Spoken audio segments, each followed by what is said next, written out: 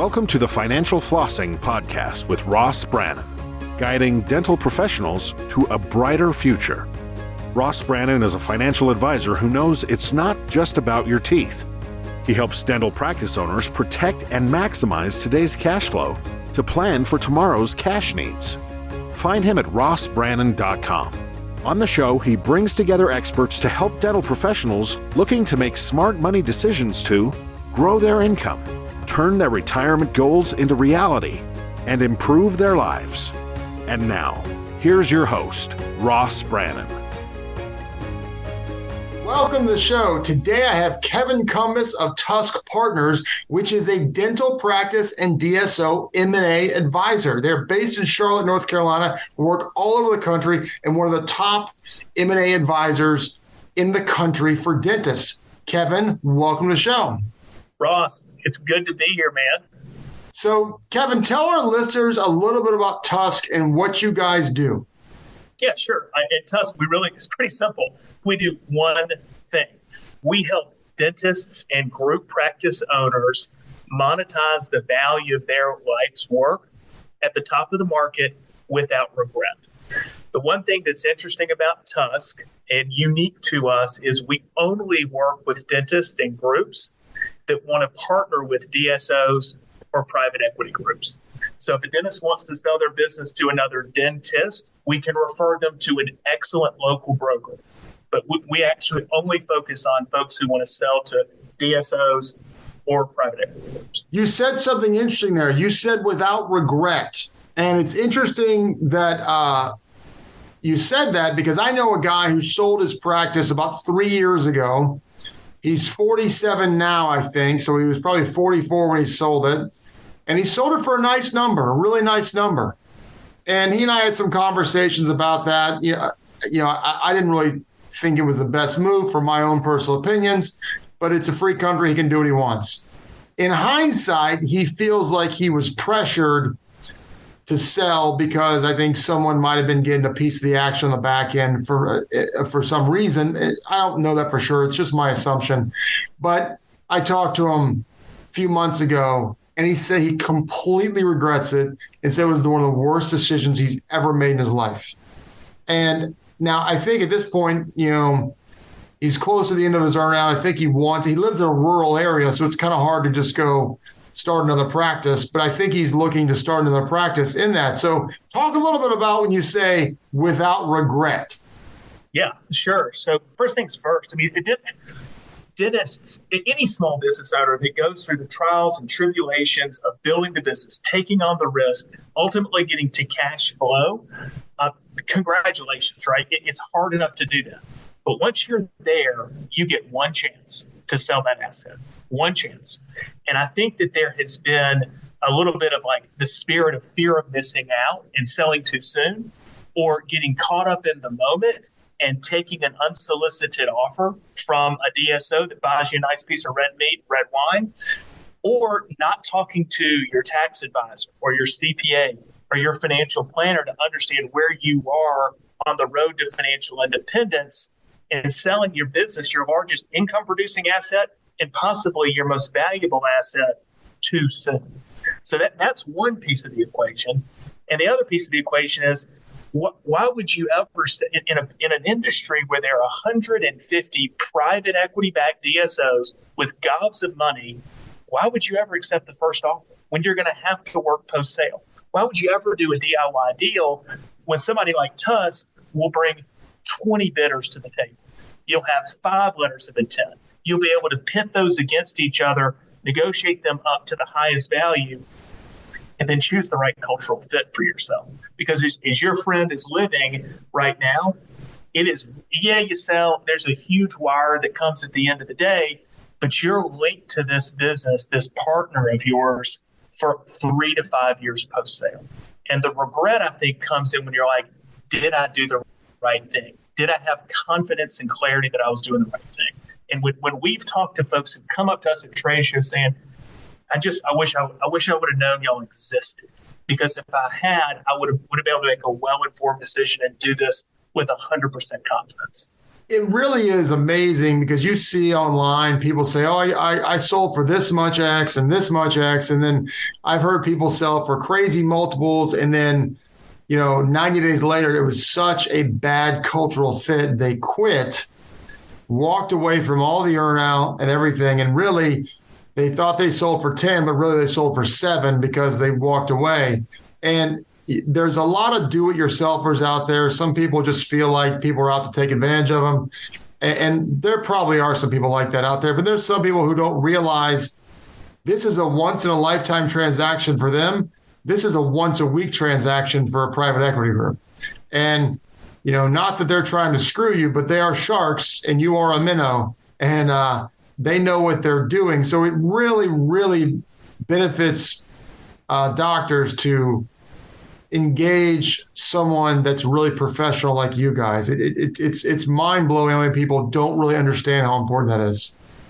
Yeah, look, I wrote an article a while back about this concept. It's like bringing a knife to a gunfight, doing a DIY deal. Remember that Indiana Jones episode where the samurai jumps out of the basket and he's like waving his sword around left and right. And Indiana Jones pulls out the gun and just pops him and puts him down.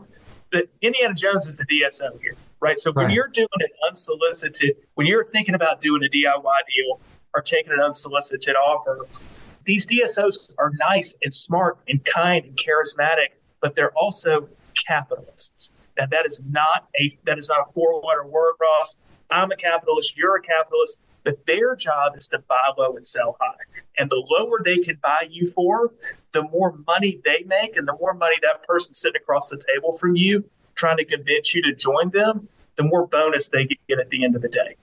So I just think it's important to peek behind the kimono a little bit, look behind the curtain and realize how the whole game is structured. What about the scenario that I've seen a few times where you go under LOI and, you're offered, $10 million.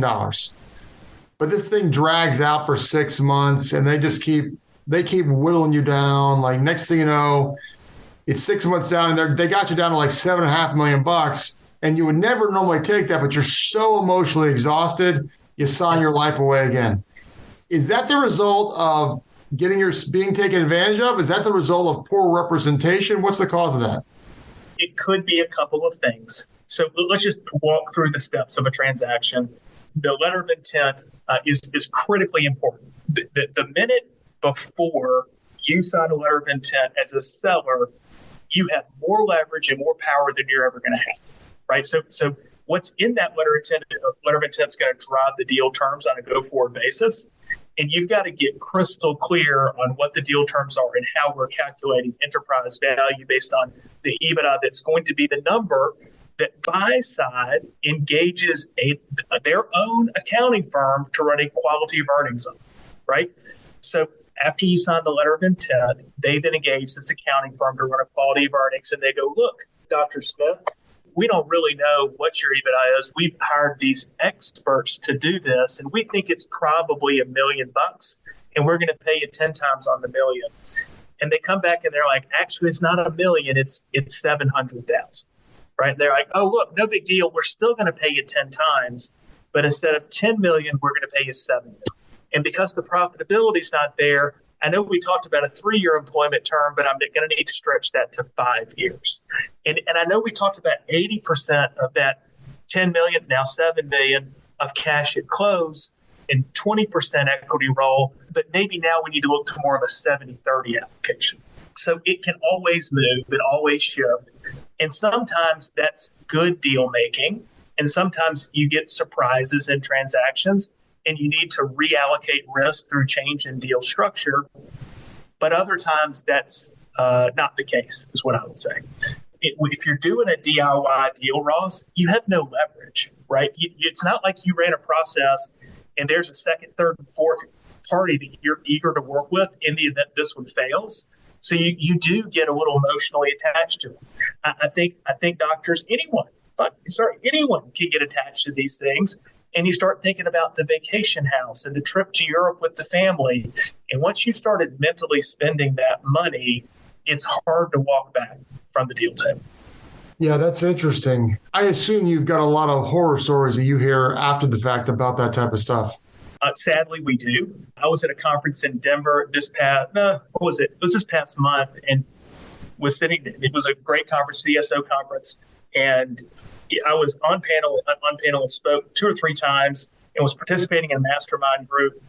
And 2 people came up to me over the course of the Saturday and just said, I can't believe I didn't know who you were. I can't believe I made this mistake without actually giving you a call. I regret the decision I made. It's tough, right? Because this is the one chance they get, and maybe they thought they were working with and maybe the DSO is trustworthy, but they don't feel like they had all the information at their fingertips and had an advocate for them and their families at the negotiating table. Let's talk a little bit about all the people out there who are representing buyers, shall we say. There's definitely different tiers of, shall we say, excellence. Tusk is at the top. There's probably 2 or 3 other groups at the top that you would say they're comparable to us. But then you've got the fly-by-nights like crazy. You've got, quite frankly, you've got doctors who just sold, now they're brokers.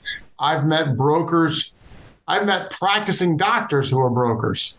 And I don't really know how you're going to have the time to do the level of work that you guys are doing, but talk about the different tiers, if you will, of what's out there and why someone should want to talk to the top people. Because like I told you earlier, a lot of the selling point for these lower rung people is like, oh, the DSO pays the commission. The DSO pays the commission, which I know you have some strong opinions on. So let's talk about that. Yeah, let me speak to that point. So rather than talk about others, I'll talk about us and why we do it the way we do it. But can I take that position? Yes. So in our world, we want to be inextricably financially aligned with our client. We want to go to bat for them. We want to go to the mat for them. We want to squeeze every last penny we can from every buyer.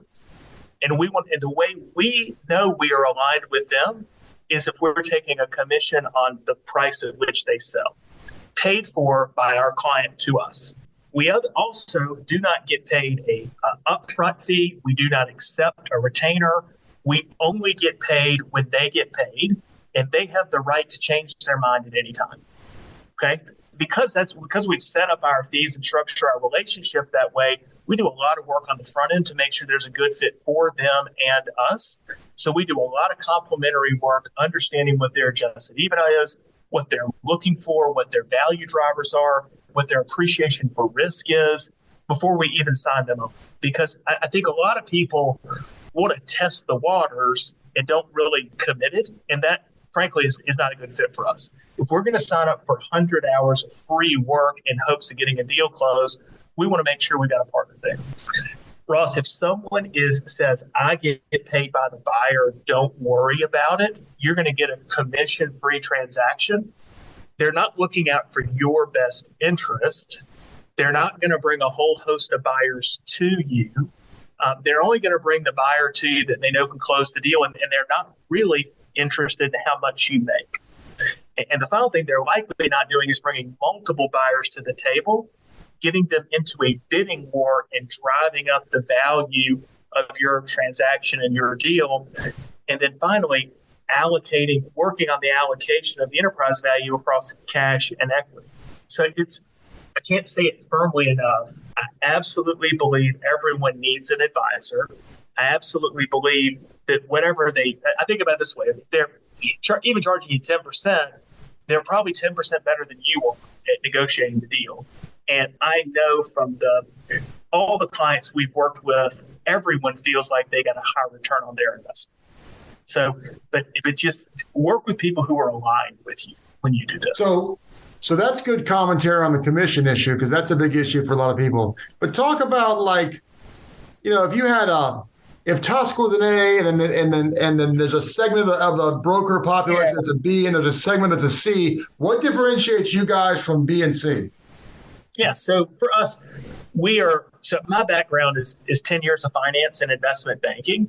So I kind of cut my teeth in the publicly traded business world, working for a big investment bank. So when we think about running a doctor through a process, I borrow from that world every single time.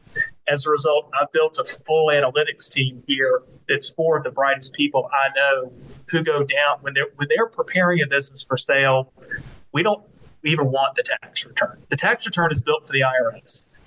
We're interested in your profit and loss statement because that begins to tell us the truth. But what we really want is your general ledger, which is every single entry you ever put inside of QuickBooks. Because from there, we can really begin to dissect what's going on inside the business. I tell our team, we do it the hard way because it's the right way. Because by looking at the general ledger, we can find things that the accountant misclassified. The accountant's human. They're going to misclassify things.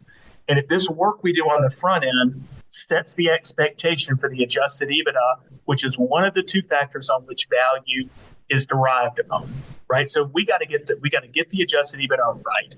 I know we apply more analytical rigor to that effort than anybody I know of, and I'm really, really proud of it. Secondly, when you look at our M&A team, we have former CEOs of DSOs, former COOs of DSOs, former private equity buyers of dental practices, people who used to do business development for huge DSOs. And they know, when we collectively here at Tusk know the way the buyers are thinking about deals. We know how they get paid. We know how they score their deals. And we bring that knowledge to the seller's side, and they benefit greatly from it. We got 13 people here most of whom have built a lifetime built their career inside the business of dentistry. And that's really what you get when you work with Tusk. Ross, this industry, especially in the DSO world, there is a lot of money sloshing around. And there are certainly going to be plenty of people that enter this without fully appreciating all that it takes to do this work and take shortcuts. And when you do that, you put your client's deal in peril, and you certainly leave money on the table. Yeah, that's interesting. I just think there's a lot of, because there's so much money in the industry, everyone's coming out of the woodwork to be a broker. Just like in 2005, everyone and their brother had a real estate license. Correct. And so it's the same animal. So what are some things that you see that are some big, things you have to kind of look out for and be careful of when you're a doctor selling a practice? Oh my gosh. The list is long. The list is really long. Let me start with something that we've touched on already that I'm sure most of your listeners have heard of before. And that is believing that the multiple matters more than it does. Okay. So I recognize that I've written a lot and talked a lot about multiples. We let everyone know what our average transaction multiples were for our clients by specialty, by solo, by group, because it's a metric that matters, and it tells the market and it tells others, are valuations going up or valuations going down? So look, I'll own my side of the street. But multiple times EBITDA equals something we call enterprise value. And then comes the most important piece, which is the allocation of the enterprise value. Because if you have $1 million of EBITDA, Ross, I will pay you 25 times your EBITDA today if you let me structure the deal. Because what I'll do is I'll pay you $1 at closing. Then I'm going to structure this earnout that is almost impossible to achieve. Then I have a seller note in there that has just ridiculous interest in it. And ultimately, I'm going to be the great beneficiary, and you're going to come away with next to nothing. I think about your friend who feels like he exited with a little regret. Was the structure right? Did he really get what he thought he was going to get? Because we see buyers put LOIs together now. I mean, one buyer in the market is always a 10X because they know psychologically dentists want to be at 10 times. But when you start peeling back the layers of that offer, it's really like a 4.5X deal. And we see other buyers now include stack not just the enterprise value, but the return on rolled equity plus the commission. And they're printing in their letters of intent, Doc, I'm happy to offer you 15 times your EBITDA. Yeah, that's realized over a 25-year period, maybe. So I would say believing too much in the multiple and believing that that's valuable is a real Achilles heel for someone looking to do a DIY deal. Yeah, everyone gets caught up on it. Everybody does. And And this is another area where a DIY is not sophisticated enough to understand how these deals are structured. And you're in trouble if you structure the deal the wrong way. I mean, obviously, or maybe not in trouble, but it's not as beneficial to you in that scenario. Yeah, what's really fun is when we're working a deal, we've got 5 offers from 5 different DSOs. Each of them have unique structures inside of them. And then we've got all the other offers we've seen over the lifetime of work we've done. And we're like, oh, I really like this one. Why don't we borrow a little bit from this offer, put it in this? A year ago, we did a deal that had this feature. Let's grab that, put it in the letter of intent. Let's re-rack the cash flows. Let's see what the 5-year cash flow projections look like now that we've sprinkled in a couple of unique features, and it greatly enhances the lifetime value of the transaction. And we'll go to the buyers and say, look, this is what we need to have to get the deal done. And we'll help you understand why it's important to our client. But a client who is doing a DIY deal, they just don't have access to that knowledge. Yeah, they don't have a clue.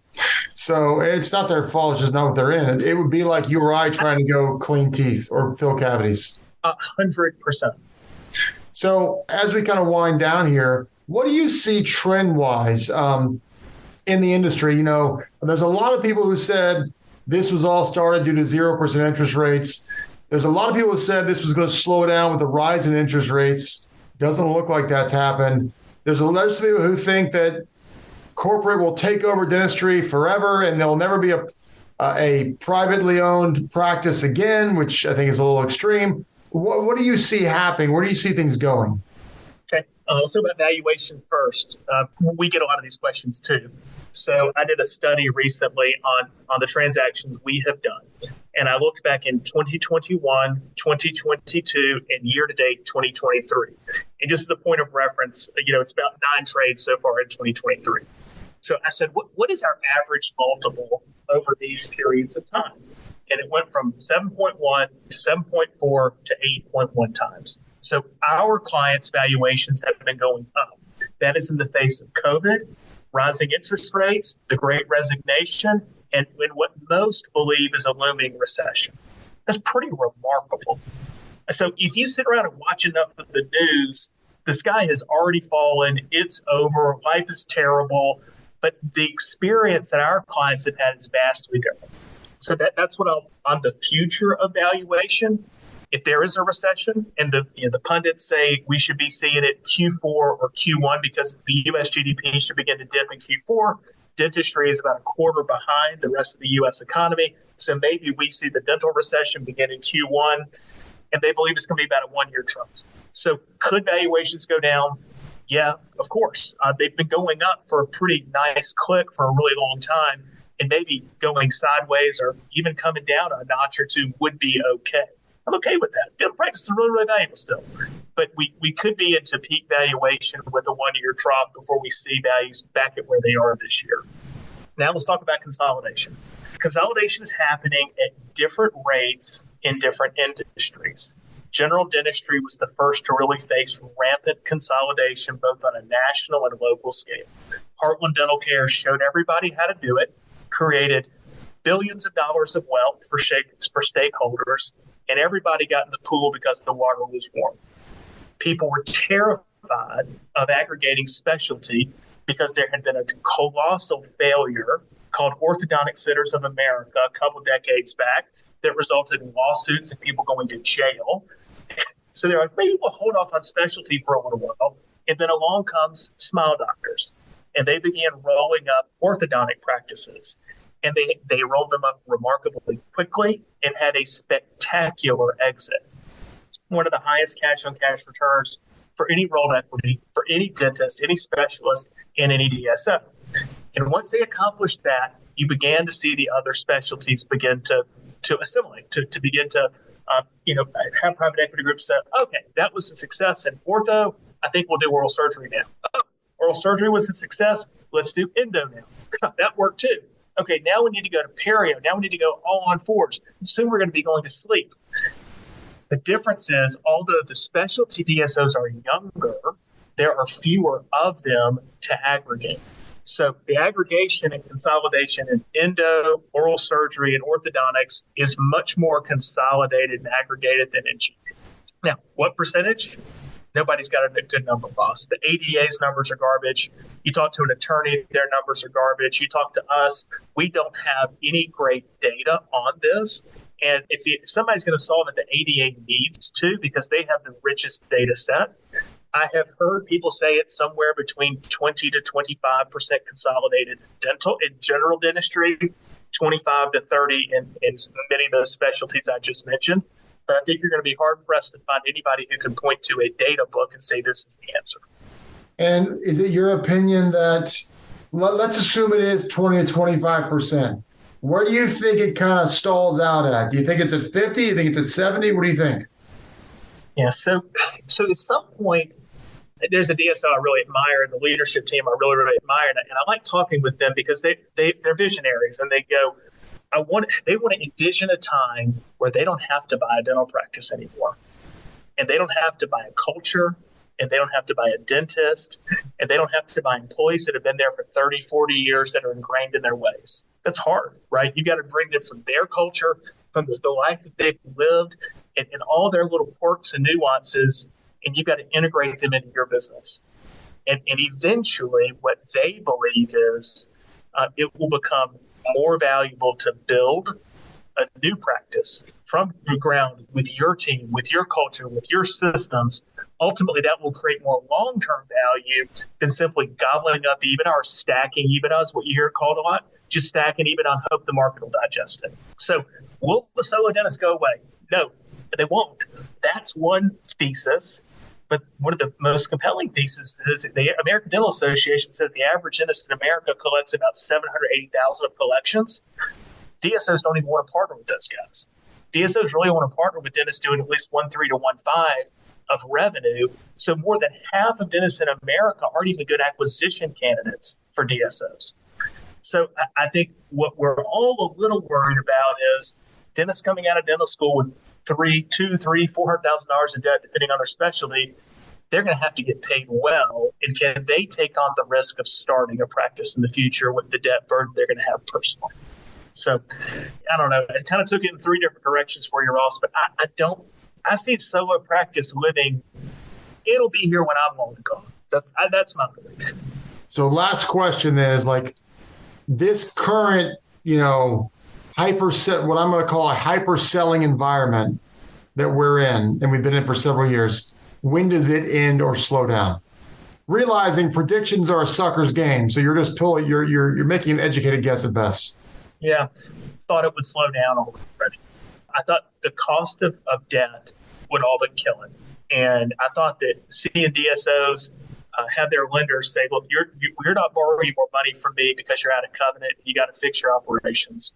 Would end it. And it hasn't ended it yet. We're going to be in for what I think is a really, really great run for valuation once you see the following things happen. There needs to be about 2 or 3 DSOs with over $50 million of EBITDA trade from one private equity group to another. Because what that means is there'll be a new market price set, multiple set for businesses of that size. Those 3 businesses will now have a fresh stack of capital to go out and buy businesses, and you'll start to see the top end of the market begin to trade again. When that happens, there's billions of dollars of private equity money still sitting on the sidelines. Every time we come out of a recession, the multiples inside of dentistry go up a turn. Some of that money will flood into dentistry. We're going to see a nice big lick again. The issue is a lot of the big, beautiful assets that are a decade, 2 decades, multi-generational assets have already made the decision to partner with DSOs. And it's going to be these new wave DSOs that actually that become the new acquisition targets that are built by 30, 40, 50-year-old dentists that have been in the game 5, 10, 15 years. I think we've got a pretty nice long run ahead of us, Ross. I don't say that to encourage others to get into the dental brokerage space, but I do feel like we've got a nice runway ahead of us, and there should be a lot more value that dentists and groups can extract from their practice in the years to come. So, Kevin, if someone wants to work with your firm, Tusk-Partners, How do they do that? How do they get in touch with you guys to figure out if it's a fit or not? Yeah. First things first, I would encourage anybody who has heard something on this podcast that piqued their interest to go to our website, which is tusk-partners.com. On there, you'll see webinars, blog. We write, we're not using ChatGPT for our blogs. We actually handwrite all these things. It's a labor of love, and I think you'll gain a lot of education there, which could help fill some gaps.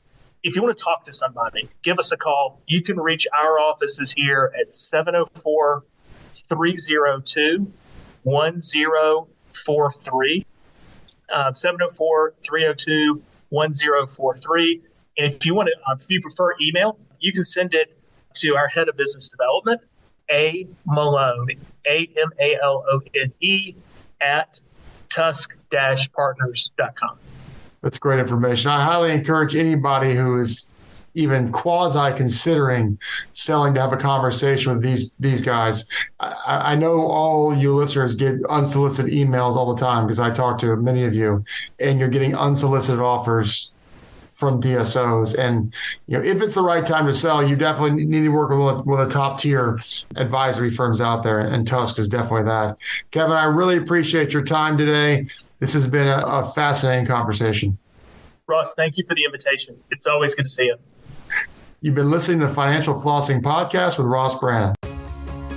This has been another episode of Financial Flossing with Ross Brannon, guiding dental professionals to a brighter future. If you liked what you heard, consider subscribing wherever you listen to podcasts. For more on Ross Brannon, visit rossbrannon.com. Ross Brannon is a registered representative, Coastal Equities, Inc., and investment advisory representative, Coastal Investment Advisors, Inc. Investment advisory services are offered through Coastal Investment Advisors, Inc., and securities are offered through Coastal Equities, Inc. Member FINRA, SIPC, 1201 North Orange Street, Suite 729, Wilmington, Delaware, 19801.